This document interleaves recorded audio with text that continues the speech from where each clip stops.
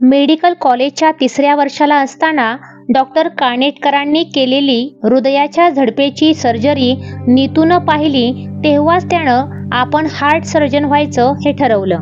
Internship करताना वेगवेगळ्या मुख्य विषयांमध्ये 3-3 महिने प्रत्यक्ष काम करायचं असतं. सर्जरीच्या टर्ममध्ये मोठमोठ्या सर्जनबरोबर ऑपरेशनमध्ये सहाय्य करायची संधी नीतू सोडायचा नाही. चौकस बुद्धी आणि तीक्ष्ण निरीक्षण क्षमता असल्यामुळे आजूबाजूला चाललेल्या गोष्टींसंबंधी त्याचा सतत विचार चालू असे. त्यातून हॉस्पिटलमध्ये काय काय गोष्टी एकमेकात गुंतलेल्या असतात आणि त्यांचा रुग्णावर कसा परिणाम होत असतो हे त्याला जवळून अनुभवायला मिळालं.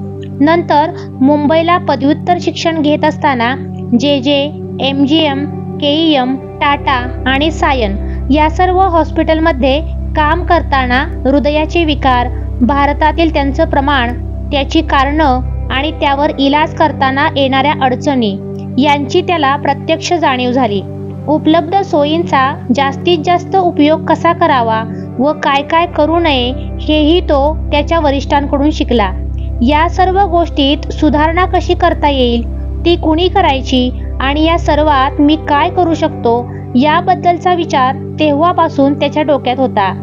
प्रत्येक प्रेमी जोडपं आपल्या भविष्याबद्दल स्वप्नरंजन करत असतं. तसं आम्ही सुद्धा कित्येकदा करायचो. त्या वयातही आम्ही आमच्या हॉस्पिटलचं स्वप्न पाहत असू. नीतू मुंबईला MS करत असताना त्याला मी एक काल्पनिक पत्र लिहिलं होतं. तो एका कॉन्फरन्सला गेला आहे असं कल्पून हॉस्पिटलमधील पेशंटची काय हालहवाल आहे हे त्याला कळवलं होतं. नीतूही माझ्या या कल्पनाविश्वात सहभागी झाला होता. त्यानं लिहिलं होतं, सौभाग्यवतीस, आमची कार्डिओव्हॅस्क्युलर कॉन्फरन्स फर्स्ट क्लास झाली. माझे दोन्ही पेपर इतके बेस्ट झाले की विचारू नकोस. व्हॅस्क्युलर ग्राफ्ट्स आणि आर्टिफिशियल हार्टवर इकडचे लोक खुश झाले. आजच मला head of thoracic unit, university of Edinburgh यांनी व्हिजिटिंग सायंटिस्ट आणि लेक्चरर म्हणून बोलावलं आहे. त्याची कल्पनेची भरारी सर्वसामान्य माणसांच्या झेपेपलीकडची होती. मी जगप्रसिद्ध शल्य विशारद होणार, मला भाषणासाठी बोलावणी येणार आणि जगात वेगवेगळ्या ठिकाणी जाऊन मी शस्त्रक्रिया करणार. हे स्वप्न वयाच्या 25व्या वर्षी त्यानं पाहिलं होतं आणि 45व्या वर्षी प्रत्यक्षात उतरवून दाखवलं होतं. नीतू ठरल्याप्रमाणे लंडन व अमेरिकेला जाऊन मोठा अनुभव गाठीला बांधून आला. त्यानं माझ्या मामे भावाला, योगेशला, अमेरिकेतील विमानतळावर ते दोघं बसलेल्या असताना संकल्पित हॉस्पिटलचं चित्र काढून दाखवलं. त्यात आणि आजच्या उभ्या असलेल्या इमारतीत कुठलाही मोठा फरक नाही. इतकं ते चित्र त्यावेळी त्याच्या मनात सुस्पष्ट होतं. इथं आल्यावर त्याला नोकरी किंवा हॉस्पिटल अटॅचमेंट नव्हती. ती मिळवण्यासाठी जो त्रास होत होता त्याचा उपयोग तो जास्तीत जास्त लोकांशी संपर्क साधण्यासाठी करत असे. कुणाशी बोलताना त्याचा रडगाण्याचा स्वर नसायचा.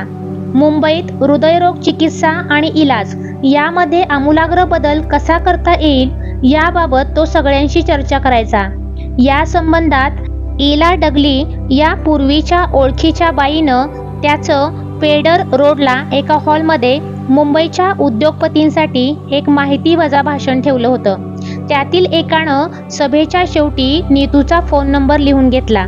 काही दिवसांनी त्याचा फोन आला व मुंबईतील एका मोठ्या उद्योगपतीची त्यानं गाठ घालून दिली. तोपर्यंत ब्रीच कँडीमध्ये नीतूनं काही उत्तम सर्जरी केल्यामुळे त्याच्या नावाची चर्चा होऊ लागली होती. 85च्या सुरुवातीला एके दिवशी रात्री उशिरापर्यंत नीतू स्वहस्ते काही ड्रॉइंग्स, पेपर तयार करत बसला होता. 10 एकर जमिनीवर हॉस्पिटल, नर्सेस क्वार्टर्स, शाळा, बागा, शॉपिंग सेंटर, हेलिपॅड असं प्लॅनवर दिसत होतं. त्याचा अजून प्रॅक्टिसमध्ये सुद्धा व्यवस्थित जम बसला नव्हता. हॉस्पिटलमध्ये केलेल्या अर्जांना नकार घंटा मिळत होती. KEM मध्ये प्रोफेसर पदासाठी दिलेल्या इंटरव्ह्यूमध्ये तुमचा नगरपालिका हॉस्पिटलमधील अनुभव पुरेसा नाही या कारणास्तव त्याला ती पोस्ट नाकारली गेली होती. त्याचा भारताबाहेर अनुभव विचारात घेतला जात नव्हता कारण त्यांच्या नियमात तो बसत नव्हता आणि खाजगी हॉस्पिटलमध्ये आवश्यक असलेली शिफारस मिळत नव्हती. अशा बिकट परिस्थितीमध्ये साधं 1000 चौरस फुटांचं घर विकत घ्यायची आमची क्षमता नसताना त्यासाठी कर्ज घेतलेलं असताना त्याला हे हॉस्पिटलचं प्लॅनिंग करणं जमत होतं. अगदी खरं सांगायचं तर त्यात मला तथ्य वाटायचं नाही, पण तसं किंचितही दर्शवलं तर काय होईल याची मला चांगली कल्पना होती. त्यामुळे काय होतं ते पाहावं अशी माझी भूमिका असे.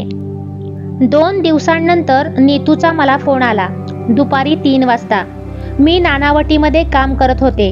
हॉस्पिटलसाठी जागा पाहण्याकरता 4 वाजता जायचं होतं. नीतू कुणाच्या तरी मोठ्या मर्सिडीजमधून उतरला. बरोबर एक गुजराती शेठ होता. नीतू त्याच्याशी मोडक्या गुजरातीतून बोलला, या आमच्या होम मिनिस्टर, यांना विचारल्याशिवाय मी काही करत नाही वगैरे. असे अगणित अनुभव मला त्यानंतर यायचे होते. ते जे काही बोलत होते त्यामुळे मी भांबावून गेली. नीतू होणाऱ्या हॉस्पिटल संबंधीच्या कल्पना त्यांना सांगत होता.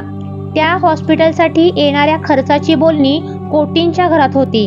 गाडी आरे कॉलनी फिल्म सिटीच्या पुढे काही अंतरावर थांबली. मोठीच्या मोठी रिकामी पसरलेली जंगलवजा गवताळ जागा होती. नीतू उत्साही नजरेनं ती न्याहाळत होता. माझ्या चेहऱ्यावर प्रश्नचिन्ह असावं. काय मॅडम, कशी आहे जागा आपल्या हॉस्पिटलसाठी? नंतर त्या गृहस्थांकडे बोट दाखवून तो मला म्हणाला, यांचं सोशल वर्क बरंच आहे आणि देवळाच्या ऐवजी हॉस्पिटल बांधण्याचा त्यांचा इरादा आहे. ते गृहस्थही नीतूची तोंडभर स्तुती करत होते. मी त्या दोघांच्या तोंडाकडे आळीपाळीनं पाहत होते. यानंतर काही महिने त्या गृहस्थांशी सतत संपर्क, कागदांची देवाणघेवाण, खर्चांचे अंदाज वगैरे बोलणी चालली होती. हळूहळू विषय बंद पडला. नीतूला त्याविषयी काही विचारलं तर आपल्याला नाही ते जमायचं, योग्य पार्टी नाही ती, स्वार्थी आहे, असं काहीसं मोघम उत्तर यायचं. आणखी काही महिने लोटले. दरम्यान तो आखाती देशात एका पेशंटकडे जाऊन आला होता. त्यांनी अशाच कोणा पैसेवाल्याची ओळख करून दिली होती. नीतूनं चॅरिटेबल ट्रस्ट उघडण्यासाठी चौकशी करून ठेव असं मला सांगितलं. मी थोडीफार चौकशी केली, पण गोष्टी पुढे सरकल्या नाहीत. अजून कशाचाच काही पत्ता नसल्यामुळे त्या पैसेवाल्यांनीही फारसं गंभीरपणे घेतलं नसावं. एकदा नरेंद्र शहा या स्टॉक ब्रोकरचं ऑपरेशन नीतूनं केलं. त्याचा पुतण्या मयंक शहा यानं नुकतंच CA पूर्ण केलं होतं. नीतूनं त्याला अकाउंटंट म्हणून नेमलं. अजूनही तोच आमचा पर्सनल अकाउंटंट आहे आणि मांडके फाउंडेशनचाही. नीतूनं त्याला विचारून 86 साली मालती वसंत हा ट्रस्ट स्थापन केला. एकदा सुटाबुटातल्या एका ब्रोकरबरोबर जागा पाहायला जाताना तो घरातलेच टी-शर्ट, अर्धी चड्डी असे कपडे आणि पायात चपला घालून गेल्यावर तो ब्रोकर जरा आडवळणानं म्हणायला लागला, सर जरा कपडे. अरे चल, मी जागा पाहायला चाललो आहे, मला दाखवायला ने. माझं लग्न झालं आहे, मला 3 मुलं आहेत आणि जावई पाहायला अजून खूप अवकाश आहे. चल तू, काळजी करू नकोस. हॉस्पिटलच्या जागेसाठी वेगवेगळे अनुभव घेतल्यानंतर सरकारकडून अशा कारणासाठी जागा मिळू शकते असं लक्षात आलं. आमचे BJ मेडिकलमधील ज्येष्ठ स्नेही डॉक्टर अजित आणि नलू दामले यांच्यामुळे GA फाटक या एका निवृत्त कस्टम ऑफिसरशी ओळख झाली. नीतूनं त्यांना धरून ठेवलं. भारतातील सरकारी यंत्रणा कशी चालते आणि तिच्या संबंधात आपण काय व कसं करायचं असतं याचं ज्ञान त्यांच्याकडून नीतूला मिळत होतं. त्यांच्या मदतीनं सरकारकडे हॉस्पिटलसाठी पहिला अर्ज केला. नंतर इंदिरा गांधींचे मुख्य सचिव BG देशमुख यांची सर्जरीच्या निमित्तानं गाठ पडली. त्यांच्या सरकारी अनुभवाचा, ओळखीचा आणि त्यांच्या पदाचा आम्हाला वेळोवेळी उपयोग झाला, अजूनही होत आहे. आमची सचोटी, हॉस्पिटल बांधण्यामागचा निर्मळ हेतू आणि कळकळ यांची सरकार दप्तरी शिफारस होईल अशा अनेक लोकांच्या गाठी घेऊन आम्ही पहिला अर्ज दाखल केला. त्यावेळी सुधाकरराव नाईक हे मुख्यमंत्री होते. आमच्या अर्जाचा वेळोवेळी पाठपुरावा करूनही सरकारी निर्णय झाला नाही. पाठक यांच्या मदतीनं नगर रचनेचे नकाशे मिळवून कोणत्या जागा कशासाठी राखून ठेवल्या आहेत व त्यातली आपल्यासाठी कोणती निवडता येईल याचा अभ्यास नीतूनं सुरू केला. त्यानुसार निरनिराळ्या जागा पाहण्याचं काम चालू केलं. मुंबईची आंबिवली येथील जागा पाहिली. महसूल व उद्योग खात्याची ना हरकत परवानगी 94 साली मिळाली. जागा मिळण्याची शक्यता निर्माण झाली. जागा मिळण्याचा प्रकार एकंदरच खूप हळूहळू पुढे सरकत आहे याची मला कल्पना आली. फाटक साहेब घरी येऊन त्या संदर्भात अनेक गोष्टी मला सांगत असत. तेवढ्यानंही माझी छाती दडपत असे. सरकार 95 साली बदललं आणि त्याच सुमारास आमचे स्नेही मोहिदेकर यांनी हॉस्पिटलसाठी स्वेच्छेनं काम करण्याचं ठरवलं. नगर रचनेच्या नकाशात योग्य ते बदल करून ही जागा हॉस्पिटलसाठी राखून ठेवल्याचं व ती जागा ट्रस्टला देण्याचं मान्य करण्यात आल्याचं पत्र सरकार दप्तरी काढण्यात आलं. ते पत्र प्रत्यक्ष हातात येण्यापूर्वी महापालिकेच्या वेगवेगळ्या खात्यातून परवानगी घेण्यासाठी प्रयत्न सुरू झाले. नीतूच्या एका आर्किटेक्ट मित्रानं हे काम कमीत कमी वेळात करून देण्यासाठी किती खर्च येईल अशा आशयाचं पत्र नीतूला लिहिलं. नीतू त्याच्या नेहमीच्या स्वभावाप्रमाणे आकडा न पाहताच त्याला काम करून टाकण्यास सांगणार होता. परंतु मोहिदेकरांनी नीतूच्या निदर्शनास आणून दिलं की या कामासाठी त्यानं सांगितलेला खर्च 50 लाखांच्या घरात जातो. ते मला बरोबर वाटत नाही. नीतूनं बारकाईनं सर्व गोष्टी पाहिल्यावर त्यालाही या गोष्टीचा धक्का बसला. मग हे काम त्यानं मोहिदेकरांच्या गळ्यात घातलं. याच सुमारास HL जवाहिरे व AD मंडलिक या महापालिकेच्या इंजिनियरांशी आमची ओळख झाली. त्यांनी कायद्याबाहेरची कोणतीही गोष्ट न करता वा कोणालाही पैसे न चारता आम्हाला आवश्यक त्या परवानग्या मिळवून दिल्या. अर्थात त्यासाठी सरकार दरबारी बरीच पत्र लिहिणं, हेलपाटे घालणं, चतुर्थ श्रेणीच्या आळशी कामगारांच्या मागे लागणं यासारखी कामं करताना बरेच कष्ट व ताण सोसावा लागला. सरकार दरबारी नीतूबद्दल जो नावलौकिक झाला होता त्यामुळे मी डॉक्टर मांडके बोलतोय असं सांगून तो काम इतरांवर सोपवू शकत असे. या सुमारास आमच्यावर पडलेली आयकर खात्याची धाड किंवा रवी जैनची केस यासारख्या नाउमेद करणाऱ्या घटनांमुळेही त्याच्या नावाला धक्का लागलेला नव्हता हे विशेष. जागा ट्रस्टच्या ताब्यात मिळण्यासाठीची खटपट 95 साली चालू झाली. त्या सुमारास सरकार बदललं व युती सरकार आलं. नवीन सरकारकडे त्याबद्दल गेलो असता अशा काही फाईल सरकार दरबारी नाहीत असं निदर्शनास आलं आणि जबरदस्त धक्का बसला. अविनाश धर्माधिकारी हे मुख्यमंत्र्यांचे स्वीय सचिव म्हणून तिथं काम पाहत होते. ज्ञानप्रबोधिनीचे राम डिंबळे हे नीतूचे खास दोस्त आणि संजीवन हॉस्पिटलचे डॉक्टर केळकर हे धर्माधिकारी यांचे मित्र. हे सर्व ज्ञानप्रबोधिनीचे विद्यार्थी असल्यामुळे नीतूचं त्यांच्याशी नातं जुळलं. यामुळे फाईल शोधण्यासाठी सतत पाठपुरावा करणं सोपं झालं. ती फाईल अथक प्रयत्नांनंतर अखेरीस सापडली आणि मुख्यमंत्र्यांकडे पोचली. पुढे 96च्या फेब्रुवारीमध्ये बाळासाहेबांवर बायपास शस्त्रक्रिया करावी लागली.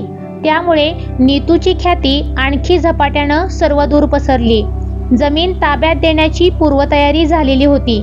बाळासाहेबांचा आदेश गेल्यावर त्याला गती आली आणि इरादापत्र हातात पडलं. ही बातमी वर्तमानपत्रांपर्यंत पोचल्यावर शिवसेना प्रमुखांवर शस्त्रक्रिया केल्यावर 1 रुपयात रुग्णालयाला जमीन मिळाली असा अपप्रचार सुरू झाला. तेव्हा नीतू खूप संतापला होता. त्यानं स्पष्टीकरणही दिलं. 87 सालापासून आम्ही जमीन मागत होतो. हार्ट हॉस्पिटल होणं अतिशय गरजेचं आहे. 83 पासून प्लॅन तयार होते. जागा शोधली होती. शरद पवार मुख्यमंत्री असताना ती कागदावर सँक्शन झाली होती. लाल फितीच्या कारभारामुळे ती ताब्यात मिळायला वेळ लागतो. नंतर सरकार बदललं आणि योगायोगानं तेव्हाच बाळासाहेबांचं ऑपरेशन झालं. याचा अर्थ त्यांनी जागा दिली असा होत नाही. त्यांच्या नावाचा उपयोग झाला नाही असं नाही. जागा लवकर मिळण्यासाठी त्यांचा उपयोग झाला एवढंच. त्याचबरोबर उलटे परिणामही आम्हाला भोगावे लागले. जागा संपादन करण्यात प्रचंड अडचणी आल्या. प्रत्यक्ष ताबा मिळायला 98 सालचा शेवट उजाडला. या सगळ्या वादात नीतूनं कर नाही त्याला डर कशाला या तत्वानुसार सर्व वृत्तपत्रीय बातम्यांचा समाचार घेतला. त्यामुळे नीतूची प्रतिमा अजून उजळून निघाली. आता पुढच्या कामासाठी पैशांची जमवाजमव कशी करावी यावर चर्चा चालू झाली. एका डॉक्टरनं आम्हाला दिलेली जागा त्याच्या मालकीची असल्याची तक्रार केली आणि आम्हाला कोर्टात खेचलं. एका बाजूला तक्रार करणारे हे डॉक्टर आणि दुसऱ्या बाजूला सरकार आणि आम्ही अशी केस उभी राहिली. यावेळी शिरीष गाणू यांच्याशी मैत्री झाली होती. त्यांनी त्यांच्या यंत्रणेमार्फत हे डॉक्टर कोण याबद्दल चौकशी केली. त्या डॉक्टरांची प्रत्यक्ष भेट घेतली. या गोष्टीमध्ये काही महिने गेले. कोर्टाच्या तारखा पडत होत्या. या दरम्यान मोहिदेकर सरकार दप्तरातून या जागेसंबंधी अभ्यास करत असताना असं लक्षात आलं की तक्रार करणाऱ्या डॉक्टरांची राखीव जागा आमच्या जागेबाहेर आहे. ही गोष्ट त्यांच्या निदर्शनास आणून दिल्यावर त्यांनी आपली तक्रार मागे घेतली आणि त्यांच्याशी असलेल्या शत्रुत्वाचं मैत्रीत रूपांतर झालं. शिरीष आणि मोहिदेकर यांनी शर्थींचे प्रयत्न करून हे सर्व निस्तरलं. परंतु या सर्व प्रकारात 8-10 महिने वाया गेले आणि मनस्ताप झाला. जागा मिळाल्याचं निश्चित झाल्यावर आर्किटेक्ट कोण असावा याविषयी चर्चा झाली आणि पत्कींचं नाव पुढे आलं. पी.जी. पत्की यांच्या पायाचा रक्तप्रवाह बंद झाल्यानं ते लंडनमध्ये अत्यवस्थ होते. तेव्हा त्यांना मुंबईला हलवून नीतूनं त्यांच्यावर पायाची बायपास सर्जरी केली होती. त्यामुळे त्यांचा पाय वाचला होता. ही गोष्ट 89 सालची. पत्की कुटुंब नीतूवर अतिशय खुश होतं. त्यांचा मुलगा शेखर नुकताच त्यांच्याबरोबर धंद्यात उतरला होता. ओबेरॉय टॉवर हॉटेल बांधून त्यानं नाव मिळवलं होतं. हॉस्पिटलचे आर्किटेक्ट म्हणून त्यांची नेमणूक करण्यात आली. भारतातल्या वेगवेगळ्या हॉस्पिटलांचं बांधकाम पाहताना नीतूला एक गोष्ट खटकत असे की हॉस्पिटल आर्किटेक्चर अशी विशेष शाखा भारतात नाही. हॉटेलचे आर्किटेक्टच आपल्या इथं हॉस्पिटल बांधतात. त्यामुळे त्यात काही मूलभूत त्रुटी आढळतात.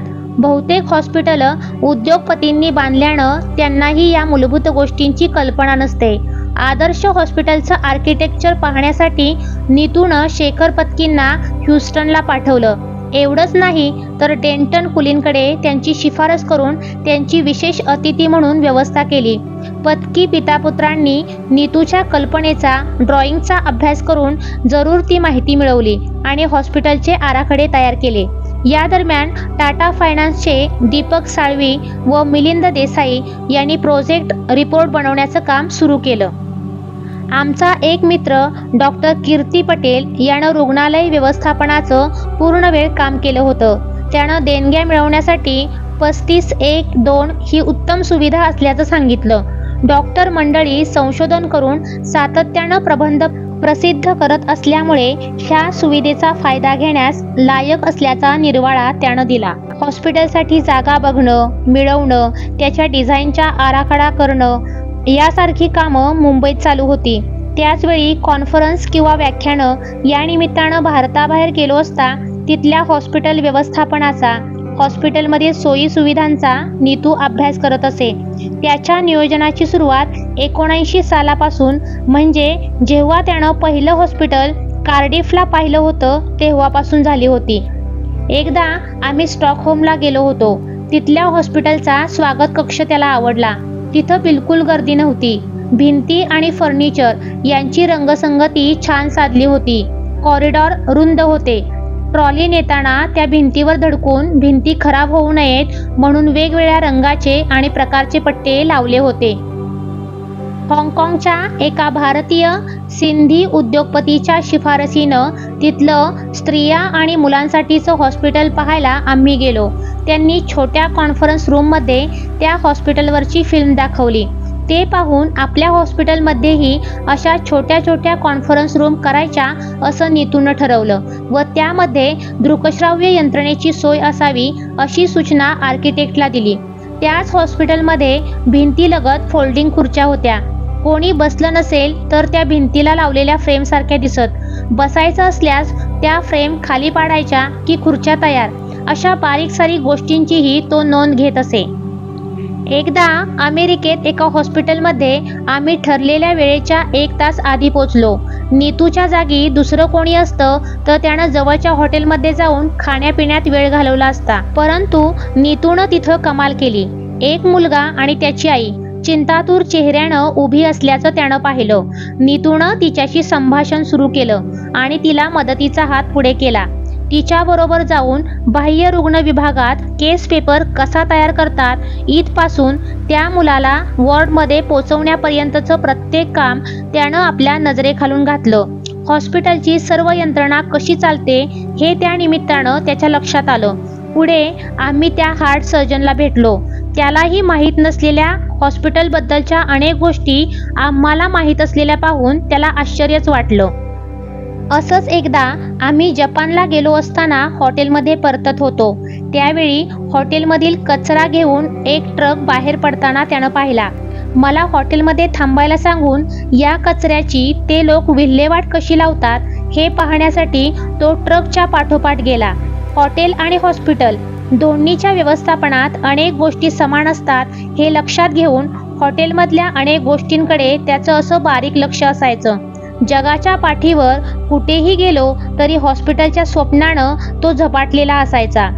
97च्या सप्टेंबरमध्ये नीतूचा हॉस्पिटलमधून मला फोन आला की तू फाटक साहेबांबरोबर जा आणि जागा मिळाल्याचं पत्र घेऊन ये.